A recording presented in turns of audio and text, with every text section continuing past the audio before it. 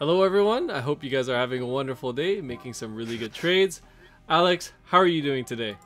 Not too bad, Michael. How are you? I'm doing fantastic. The markets are finally starting to correct after a long, a long awaited, short position that we've been in. It's finally starting to come down.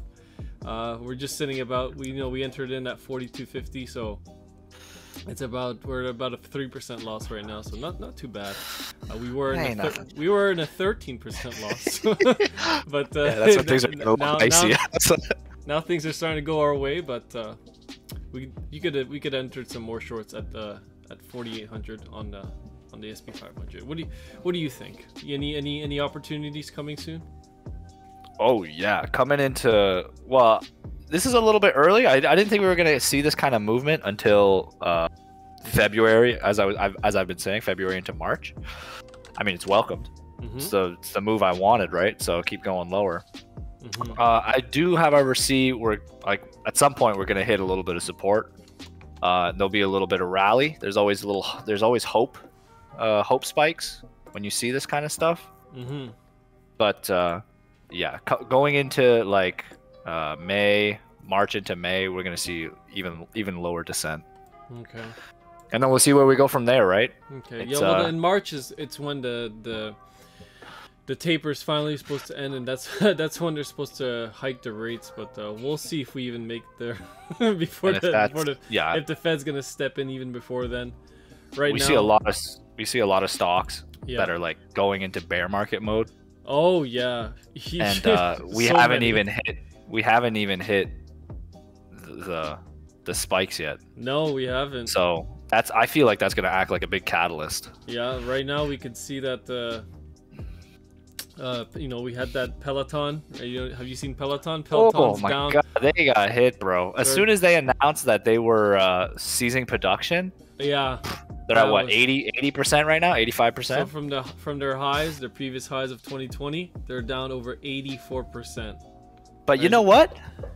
If there's any Peloton developers in here, man, fuck you guys. Your stuff is so expensive. Jesus Christ. It's like, what, $1,600 for a bike? Are you kidding me? And you gotta pay another $40 a month to ride the thing with your program? End. It's on the higher That's too end. much. Yeah. That's too much. Well, buy an '02 Honda Civic for that price. It is a luxury good, but right now, down 84% from its highs. We had Netflix down 23% after earnings, I believe. Let's take a look at Netflix right here. Oh man, Netflix was hurting bad. Look at this chart right here. Netflix down so much after their earnings report. Yeah, and I don't think they came in on earnings that bad. It wasn't their earnings, but it's just like it was the new subscribers that got them. And on top of that, they raised their prices. They raised their prices by 11%. Right? I mean, they were one of the first streaming services, They came out big. They got a lot of people, but right now, it's watered down, man. There's a lot of streaming services people buy from, and the only way they can get money now is the people that still have Netflix just charge them out the ass. They're just honestly, they're a victim of their own success, right? They created something so good that everyone else copied them and created competition because it's such a good service, right? Well, a lot of TV is dead. I think I can speak for a lot of people when I say that, like, streaming services are more popular than cable, right? Yeah. Oh, there we go. I was wrong on my my chart right there. From the top, Netflix is down over 43%. It's just because I didn't see this one candle that was all the way down here. I didn't see hanging low. It was hiding in the volume candle. As you can see this massive volume coming in that day. How much of these big drops, like, because these aren't the only charts that you can see this in, right? How much of these big drops do you think is just things being a little bit overpriced? Like, you mean oversold? Like, as in, like, people are panicking over the news? No, I mean, like, the price was, like, unbelievably high for no reason. And prices are just coming back down, regulating themselves. Yeah. So like absolutely, I think like MicroStrategy right here, you know, one of the Bitcoin stocks was coming. Look at this stock. You know, it went, ever since they allocated their balance sheet to Bitcoin, they had a rise from like, you know, $120 a share all the way up to 1,300 at 1,000% gain, and then coming back down now down to 375, erasing all of the 2020 gains that some people made. So unfortunately, that's sad for some people, but it's just reality starting to hit right now. And my analysis of Bitcoin is not looking good. No, I know it's not a very popular opinion, but it's not looking good for Bitcoin, and it's not looking good for the Nasdaq and the tech sector and speculative assets. Looking really, really bad at the moment. Well, when you have all those being weighted, right? Like all those indexes being heavily weighted on tech, and tech is just dumping out right now. Obviously, that's going to reflect, right? Yeah. What did you think of Microsoft's last acquisition? I think they bought Activision. Activision for like 68 point something $billion. I think it's doing pretty good. I think they're trying to get you know, they're allocating more to like the metaverse space, right? So they're just trying to get their foot in the door and getting I don't know, dipping their toes in that part of the world. So 68 million dipping, Jesus. 68 point something $billion dip, yeah. Yeah, that's more than a toe. Yeah, it's more than a toe. It's dipping their whole leg in, half their body. But I think that was what they made in 2020 in cash. I think it's right? it's good for Microsoft. I think that was their net return. So they just spent whatever they made, and they still have a huge cash position. So I think they're fine doing that. But right now, fine. I'm just looking mostly at like how the Nasdaq is looking. You know, we have this major channel that we've been in for a couple of months. You know, basically all of the 2021. And right now we just broke it, right? And it's not looking too good. You know, we've been usually on the higher range, multiple touch points on the higher side, trying to break out of it. And now we just, you know, got rejected that last time, and we're starting to come down. We got a little bit of a bounce, but now we're really starting to show what the rising rates are doing. On this one, people should be careful not to buy the bounce. Yeah. Like this is not one of those. We're out of channel right now. We are super in like a volatile state overall. Yeah. And momentum has turned. Like I would not be trying to buy the dip on this gun. In the coming weeks, it's possible, you know, we start to climb back up and then maybe retest this channel before it may be getting rejected and starting a new trend towards the downside. We could take a look at the Nasdaq on the market cipher right here on the weekly. Not looking too good with that weekly 19 and the red X, and now the 13 and the -4. So looking like the money flow starting to decrease in the indexes. Yeah, I see that bounce coming early next week, and then we're gonna go red the rest of the week. Maybe Monday, Tuesday will be green, but the rest will be red. Yeah, I think we're gonna get our initial bounce, especially at the Dow Jones too. We can see right here on the daily time frame, we're getting a nice little bounce right here on this blue trend line as well. But I don't think if we do come back up, I'm gonna be looking for more shorts than longs. I can tell you that. I tried to long the Russell 2000 the other day, and didn't do too well. Ended up having to close like 40% loss with leverage. So not too bad. Wait, what? Oh, you tried to long it? Yeah, we tried to long this bounce right here, but unfortunately the trend was too much. Oh my goodness. No, it wasn't it. It wasn't it, but that's okay. You know, we've been bouncing. Oh, that's okay. If you look at all the trades you would have won versus the one you would have lost, right? Yeah, so the one loss offsets 1, 2, all the other wins. 4, 5. There you go. So this one was like 1, 2, 3, 4, 5, 6. You know, 7th one wasn't it? That was it. Not good. And again, guys, we might trade a lot, but even win us, some, you lose some. It's not 100%. Yeah. Just got to take it on the chin and just keep going. Yeah, exactly. And make sure you're not super levered up and you lose it all. No, don't 100x. This. Yeah, trade your plan. Know your risk tolerance. Exactly. But yep. Right now, I think that the meme stocks are gonna start to go down. The bubbles, you know, starting to deflate. People are starting to unload their risky stocks and you know, shifting from momentum to value, like I talked about last time. Let's take a look at GME, and we can take a look at AMC. People are starting to realize their losses, and every stock is starting to they go were down. taking it down. No, But yeah. I mean, that's to be expected, right? If you're pumping up a business that is a losing business, and then you got the price high, but it's still a losing business at the end of the day. Like they're not doing anything with your money. Yeah.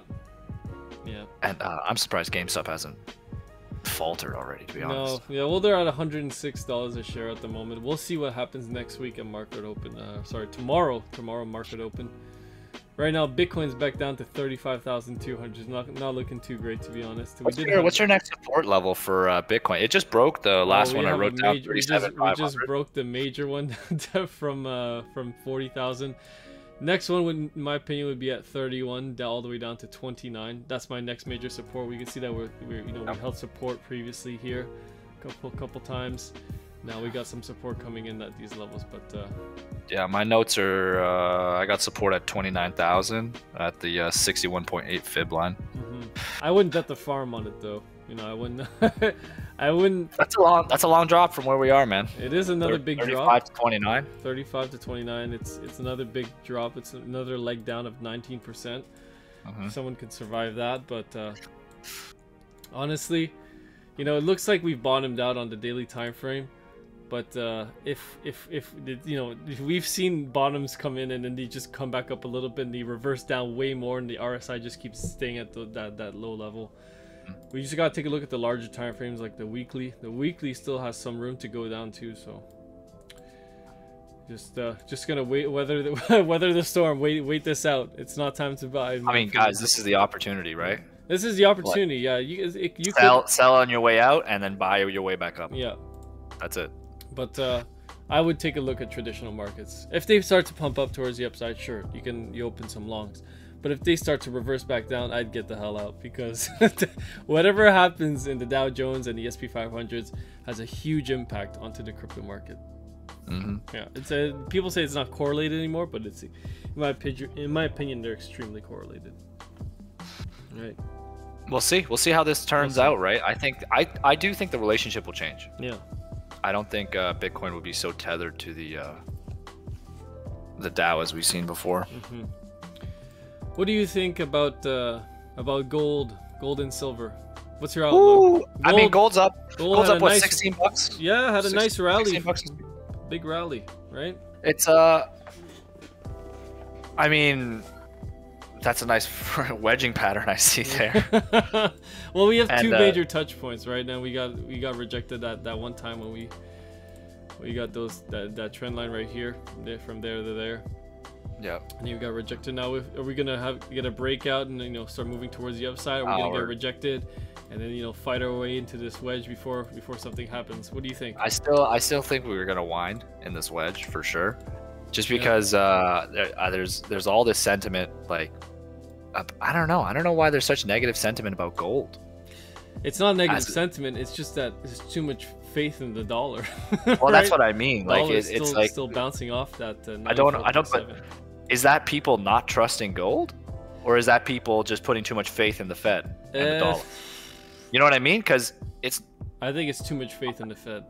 I know for a fact gold's gonna be jumping up. I already know. Yeah, I already know it too. It is. I know silver. All these. Let's take a look at some silver stocks right here. Silver's a little bit different. Silver's a little bit more manipulated, but it's more on the riskier side, in my opinion. It's on the riskier side. But you can take a look at some silver stocks. They look like they're about to break. They're on the verge of breaking out. Look at that getting rejected right now. You had to bring silver core, eh? Yeah, I had to bring silver core metals. I got King Ross here already broken out. They're out of their channel now, bouncing off that trend line now, starting to come back up. But obviously selling off when gold sells off too. KL's a different chart right here. KL's struggling to stay above the trying to break above the $57 level. Which ones were the one that had the big fire? Oh, that's King Ross. They had that mining explosion. Ross? This right here, right here, this was a mining explosion, and then the whole mine was shut down, and we fell all the way down to $6.40 from the freaking. We were at $9, and we came all the way down. That was a 28% drop in the stock. but now we're Gold- starting to come back up. The mine's back Gold, online. yeah, I was gonna say if gold goes up, it's definitely gonna help King Ross a little bit. Oh yeah, for sure. And Newmont Mining is I have big expectations for Newmont Mining. Doing very well too. My entry at $67, still in profit right now. About let's take a look here. 18% now. We were up about 20%, I believe, when gold was rallying. 22%. Is that ONDA levered or is that in your private account? No leverage. That's just spot on the spot market. No leverage. When I buy stocks, usually there's no leverage. I only leverage commodities and indexes. Yeah, and you know, forex, but you know, that's a different talk, another discussion. Oh, you're getting into that, eh? I'm starting to dip my toes a little bit there again.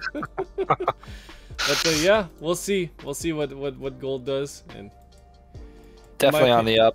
In my opinion, I think there's a lot of upside. There's a lot more upside potential in commodities and gold and inflationary hedging assets than there are in, you know, your average growth equities.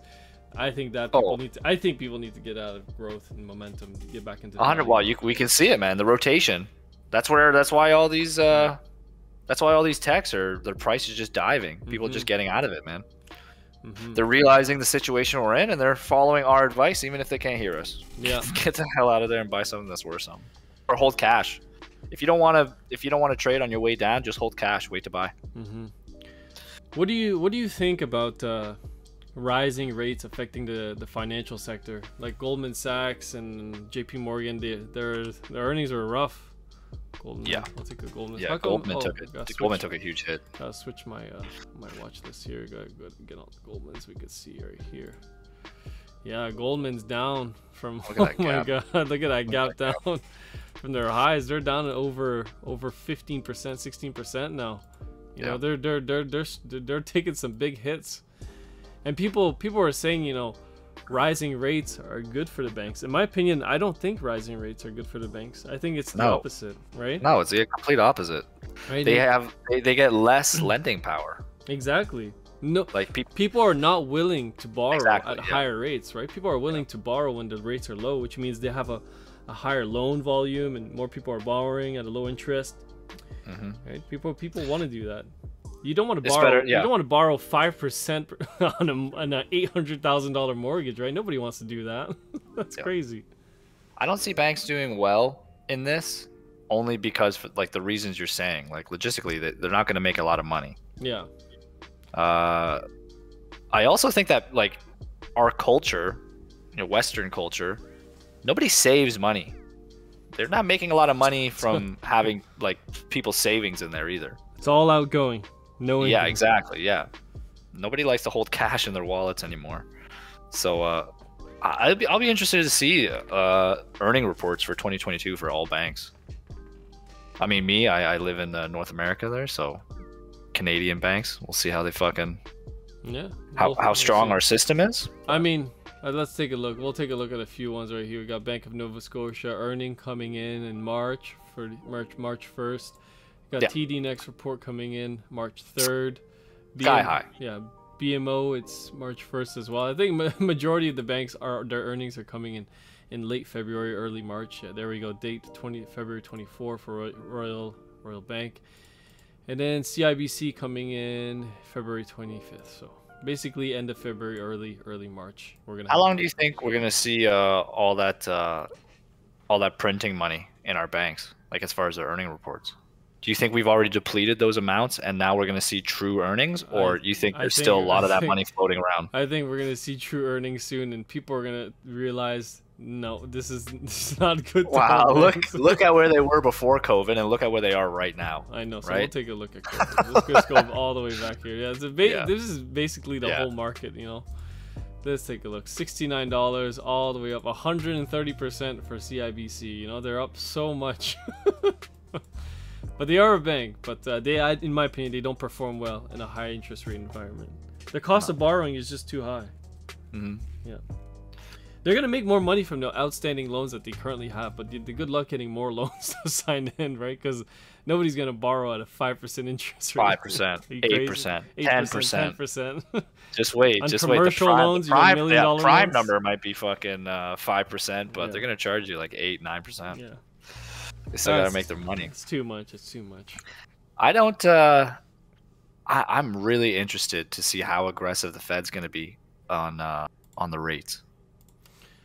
Because if they like real inflation, we're sitting at like 15-20% right now. Yeah, but the thing is like people are scared that the Fed raises the rates. The one thing that they could do is panic and actually raise the rates too much that the economy can't handle. The economy already can't. Is there to like collapse is imminent, right? Whether they do it like I'm gonna raise it to 2%, 3%, 5%, 10%. You know what I mean? Whether they do that or they just say fuck it, 10% right away. Right? Like it's a shock. It's Armageddon. If they raise, there's less damage. There's less damage overall. You can't go 0 to 100 because if you go to 0, you know, like you said, 0 to 10%, the economy can't even handle 2% interest.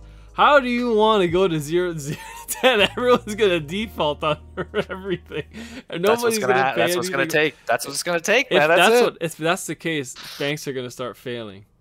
Right? Financial institutions are gonna start to collapse if you raise the rates from 0 to 10.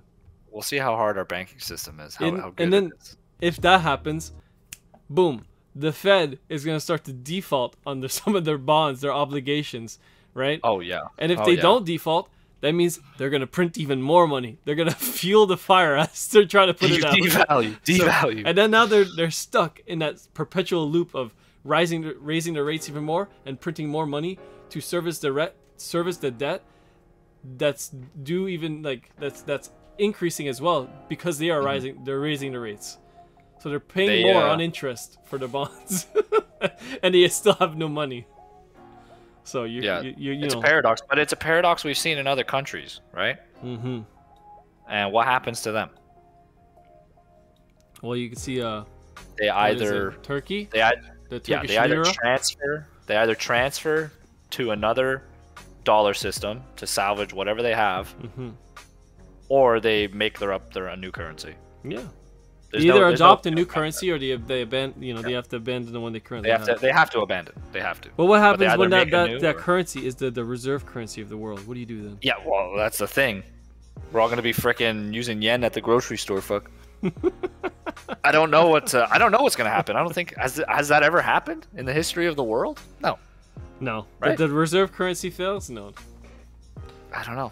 I mean, gold should be the reserve currency. To be honest, gold should be the thing to fall back on.